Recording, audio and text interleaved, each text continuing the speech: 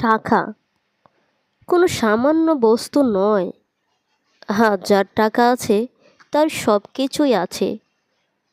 সম্মান কখনো টাকা দিয়ে কেনা যায় না। এই কথাটা শুধুমাত্র বই পুস্তকের ভাষা। যদি জীবনের বাস্তবতা দেখি, তাহলে দেখব মানুষ সম্মান করে ওই ব্যক্তিকে যে ব্যক্তির কাছে টাকা আছে। টাকা দিয়ে কখনো ভালোবাসা কেনা যায় না। এই কথাটা শুধু আবেগের কথা। যদি জীবনের বাস্তবতা দেখি, তাহলে দেখব টাকার কাছে ভালোবাসা মুহূর্তের মধ্যে বিক্রি হয়ে যায় অথবা হার মেনে যায়।